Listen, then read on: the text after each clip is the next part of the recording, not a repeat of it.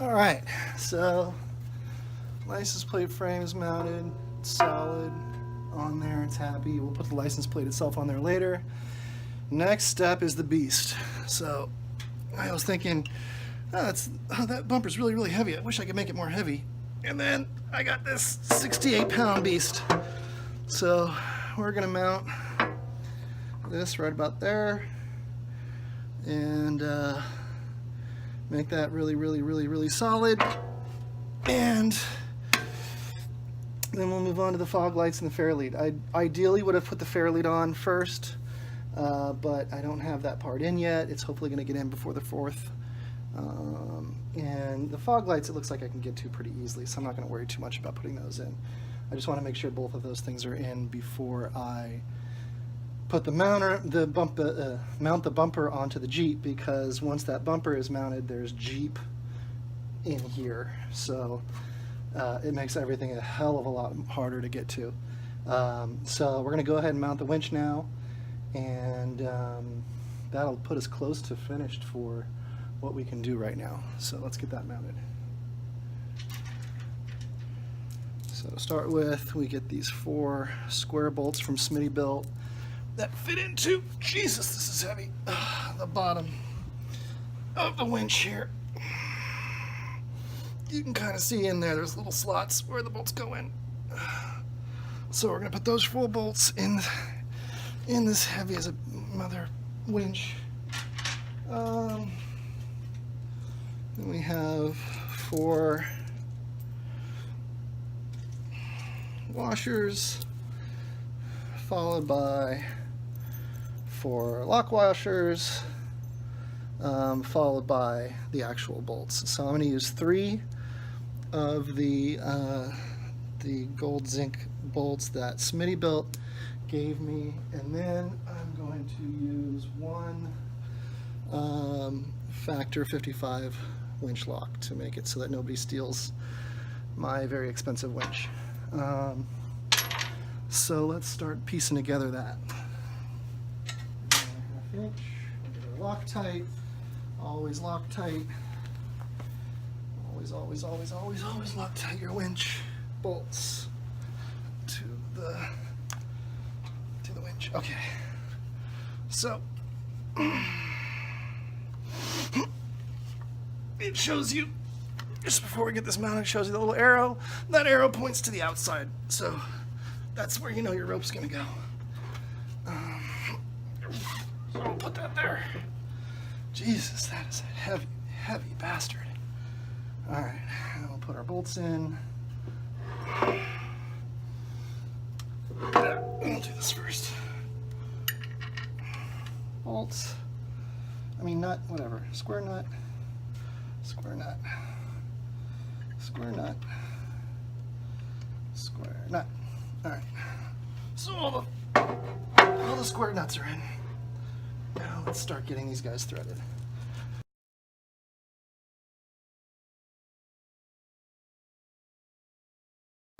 So the other side, I'm going to put in this factor 55 winch lock because it looks to be kind of a pain in the ass. So I want it to be in the easiest to get to place. Lock washer, slippery washer, and in here. Now, of course, Smittybilt provided just about 0 instruction on how to mount this. Just said, make sure you do a good job mounting it. That's basically all it says. It doesn't say where, how, bolt configurations, anything. So that is on there. And this finger tight. All right, starting to feel like it's part of the bumper.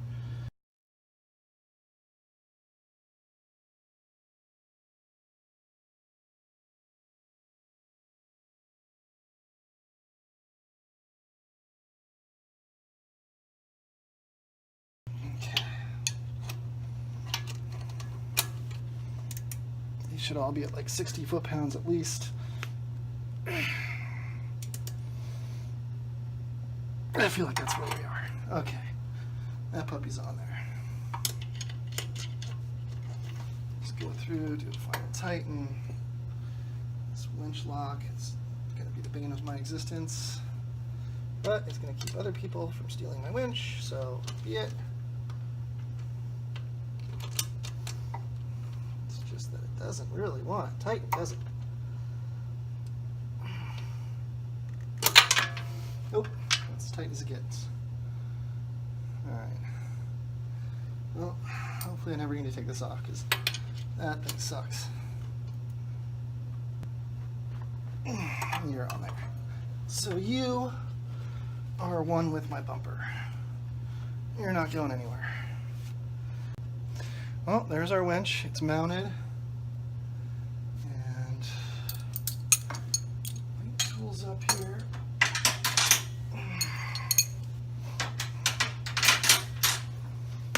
That's about as much as we're going to do before we put anything else on, except for the fairlead and the fog lights, before we put it on the bumper, because we don't want to add any more weight than we have to. But let's flip it over and see what it looks like. Alright, so here is what our front view is right now of the bumper with the license plate on, winch on, pretty much everything. Little D-rings are on there. You can see swinging down there. Got the D-rings, got the winch, just need the fog lights, the fairlead, spool up the rope, and oh yeah, mount it to the Jeep. That part too. Alright, so trip to Home Depot number 4 today. Also ran over to see CJ over at Liquid Iron and got this custom Splice. Extra thick fairlead. I think it's 2-inch. Factor 55 makes the 1.5-inch one, but he didn't have that one. And this one actually, it's kind of cool. It's thick. I'm gonna hang it logo side down because I'm not trying to advertise for anybody, and it's gonna sit like that. So let's get it mounted. This and this. We're gonna get some Loctite. Always, always, always. Loctite, like your life depends on it. That's what a mechanic friend used to tell me. Loctite like your life depends on it, because it does. So lots of Loctite on this guy.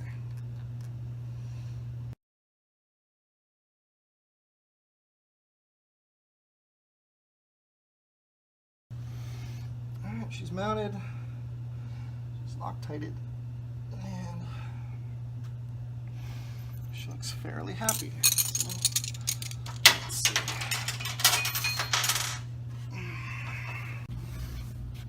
Okay. So we're tight, but there's no clearance issues on the fog lights.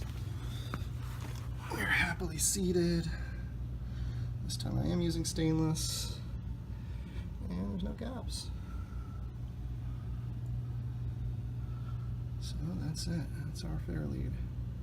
Ended up switching the mounts for the license plate so that they're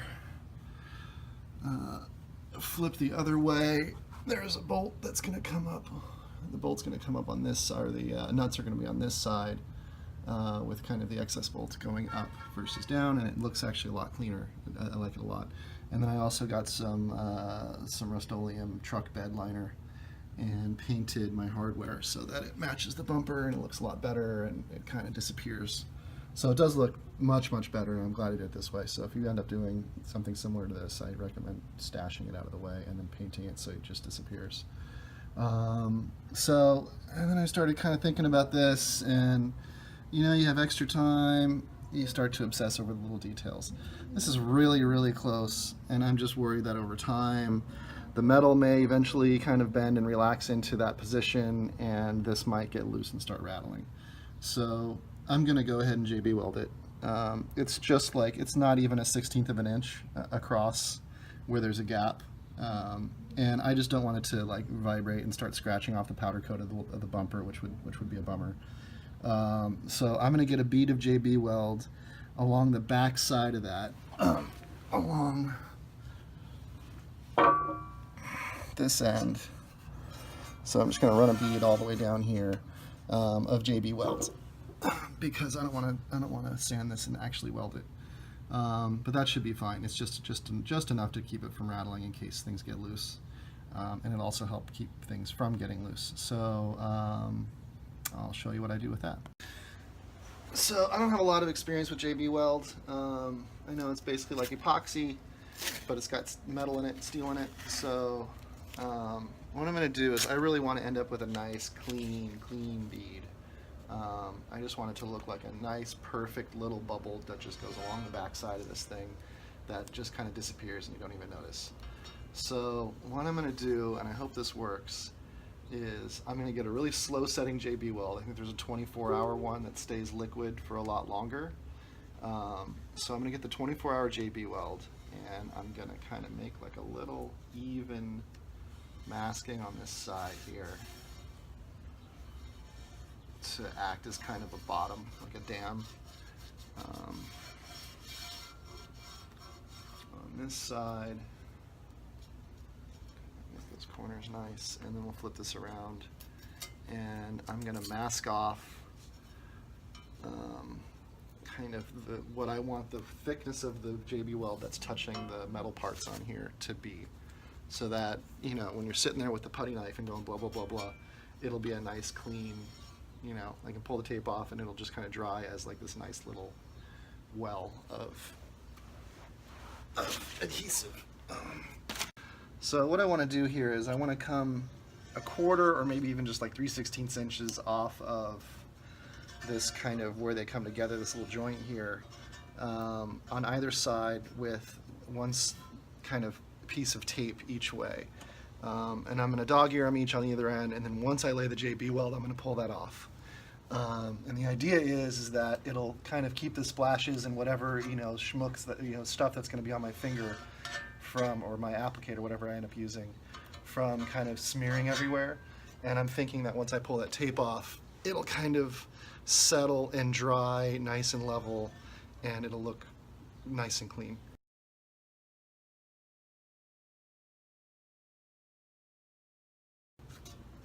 Alright, so that's what we have there.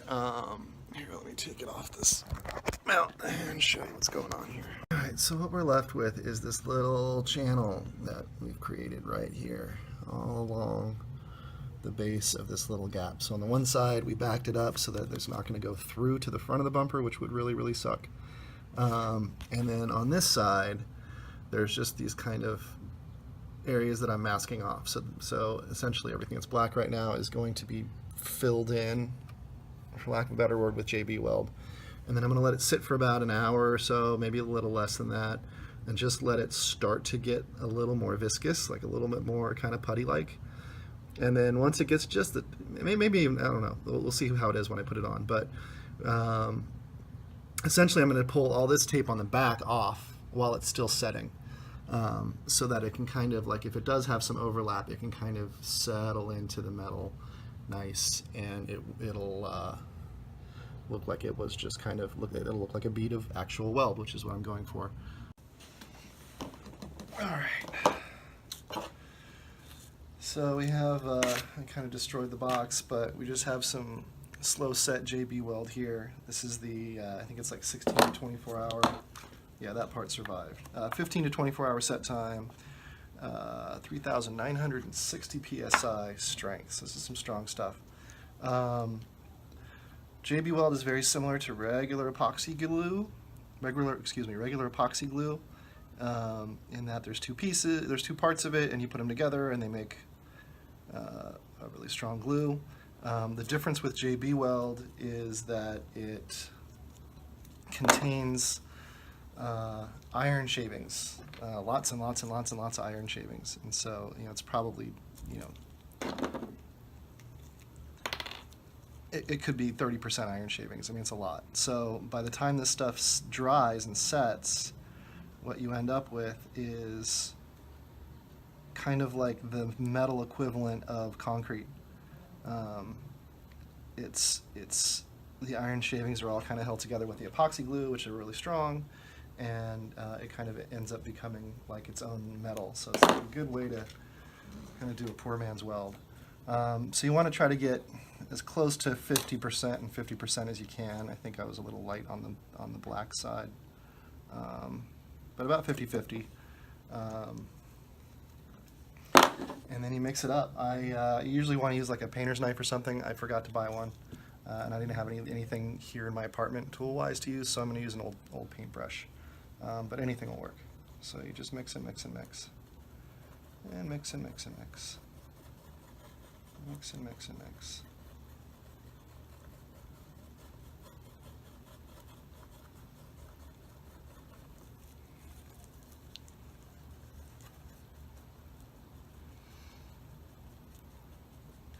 You eventually get a consistency that's kind of like a guacamole kind of consistency here, which is what I'm going for.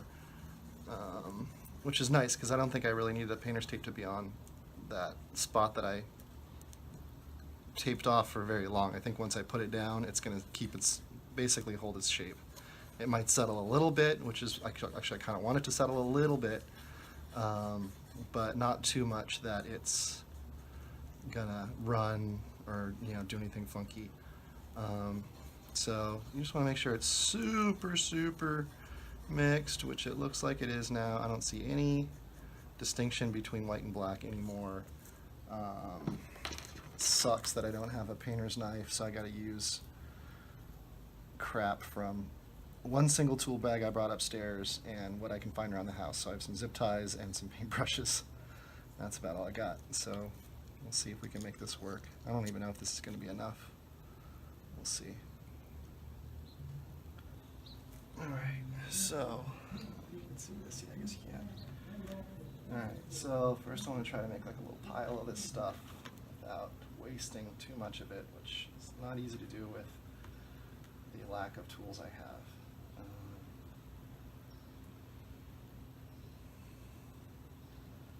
So an example of working harder, not smarter. That sucks. Okay, so there's that stuff. I'm gonna try to use this soda straw that I just happen to have lying around to kind of just feed this stuff into that gap. And I'm glad I taped off because this is really hard to get nice.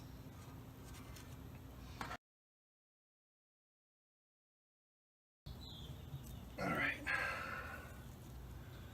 So now there's a layer. It's basically even across that. Now I'm going to try to kind of push. I don't know if I'm helping or hurting, but I'm going to try to push as much of this stuff that's on the sides down into that gap.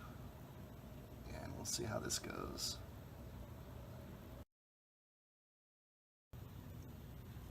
That didn't go super well. All right, we're just going to keep trying different things until I learn something here.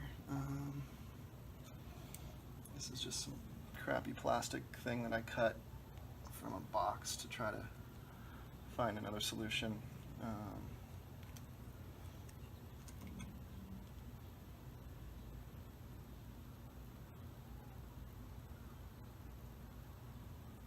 Basically, I'm just trying to scrape as much off of the tape as I can, and if I can, recycle it a little bit and push it down into that groove. But I'm not trying to shape it too much because the tape is just going to kind of, as long as it's even, I think the tape's going to end up making that nicer than I could make it. All right, so that's all in there, as much as it can get in there. Now I'm going to use my finger, use gloves, and try to make an even bead.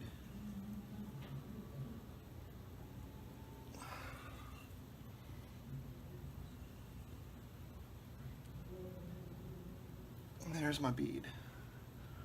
Looks like we're a little shy on this end, so put some of that excess that I got and push that in. Try to run a single bead again. Doesn't want to get even. It's fat finger syndrome here.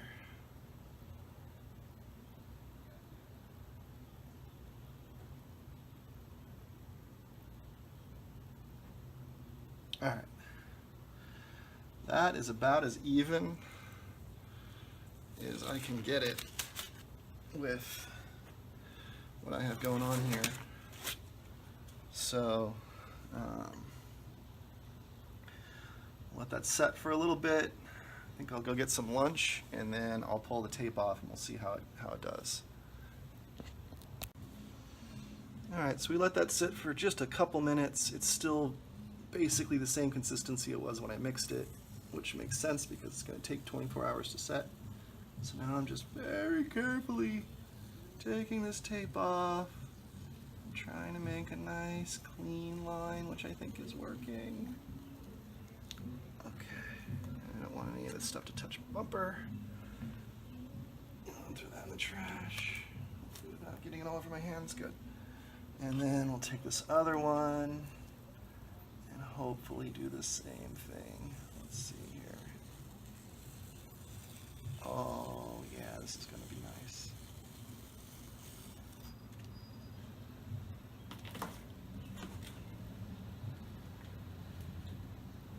All right.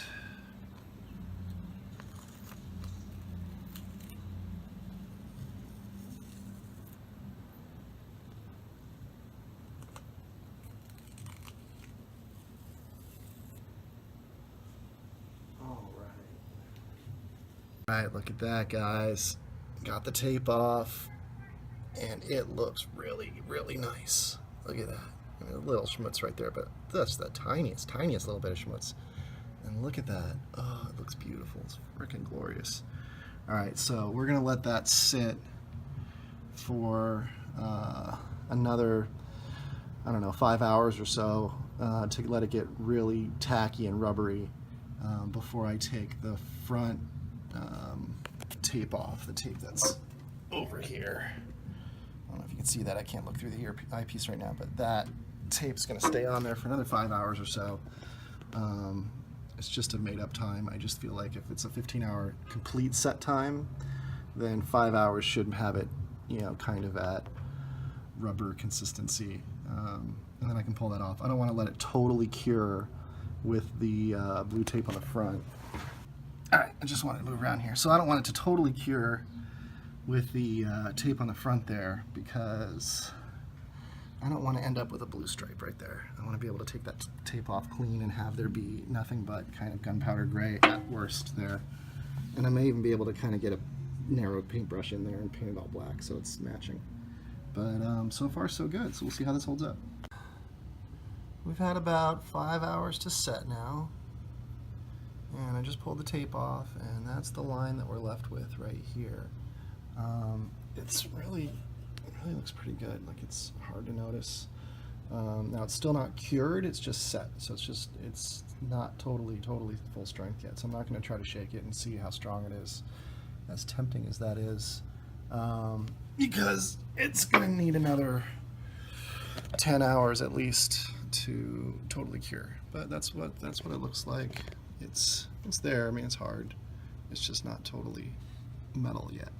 It still feels kind of rubbery, but it looks good. And yeah, so that turned out well. So I'm going to give that another 10 hours or so to cure, and then I'm probably going to paint it just so that I don't have a gray stripe there. But I doubt you'll notice it behind the license plate. So, but you know, just for me. Okay. All right, so we're going to start talking about fog lights. You're going to notice inside the bumper there are 4 little square holes on either side, right around where the fog lights are. I already put one of these things in, but you want to get these square little snap-in nuts that come with the hardware pack from the Smittybilt people, and snap them in, and then we're going to get these fog lights mounted. Alright, so we got all 4 mounted. 1, 2, 3, 4. 1, 2, 3, 4. Let's get the lights in there. That one time you thought you got a really great deal on a pair of fog lights, it was because it was just the one light. So fog lights arrived, well, fog light arrived, but I had to order another one because I'm an idiot. So we'll see if we can't get this one mounted, and we'll just wait and get the other one here hopefully soon. So, you might be saying, oh, did this video back up because the winch is off the bumper? No, it didn't. Turns out that you have to mount your fog lights first in this bumper. It is so tight that you can't get the housing of this fog light past the winch, because the winch comes up right here. So, I mean, it'll fit once the lights are in, but you can't get the lights in there, because you see you gotta kind of get it in there. There's no getting the lights in there until the winch is unless the winch is out. So, so I have my one fog light still. I'm still waiting for the other one. So I have my one fog light. I'm gonna go ahead and mount the one frickin' fog light, and then I also got, while I was waiting for fog lights, I got a new light bar, which is right there at the top of the screen, because I was bored, and I have ADD and OCD, which is a bad combination for a Jeep owner. So I decided I needed to fill that. I needed to fill this spot with something. So I got a little light bar, and it'll look interesting. And we're gonna get this guy mounted. So that's where we're at. I'm gonna leave these little lens protector sticker things on for now until I get the bumper mounted, because based on how this build has been going and my luck has been going, all I need is to scratch up my lenses and then have to replace them after everything's on. So better safe than sorry. Turns out these fog lights are twice as expensive as I thought they were, so I need to treat them nicely. So here we go.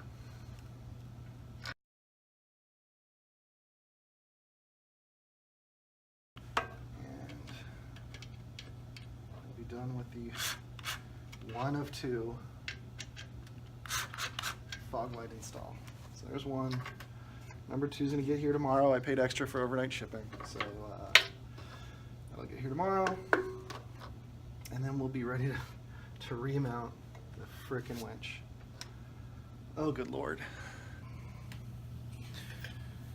Alright, so the next thing we're going to do is mount this Raxiom light bar. It's kind of cool. It's got fog lights on the outside. You can kind of see the cones are a little different, and then it's got spots on the inside. So it's got 8 fog lights and looks like 816 spotlights. So that's going to be super fucking bright and completely unnecessary, but it'll fill up these ugly bolt holes in the top of my bumper, and it'll make it look kind of trick, hopefully. So that's going to go there. So we have these little brackets. They're going to live here and here, and they're going to hold this guy. So let's get those brackets on and get this guy mounted.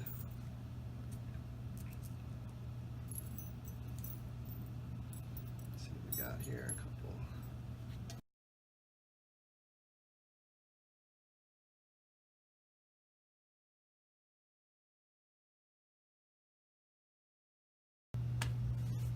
Well, fuck you.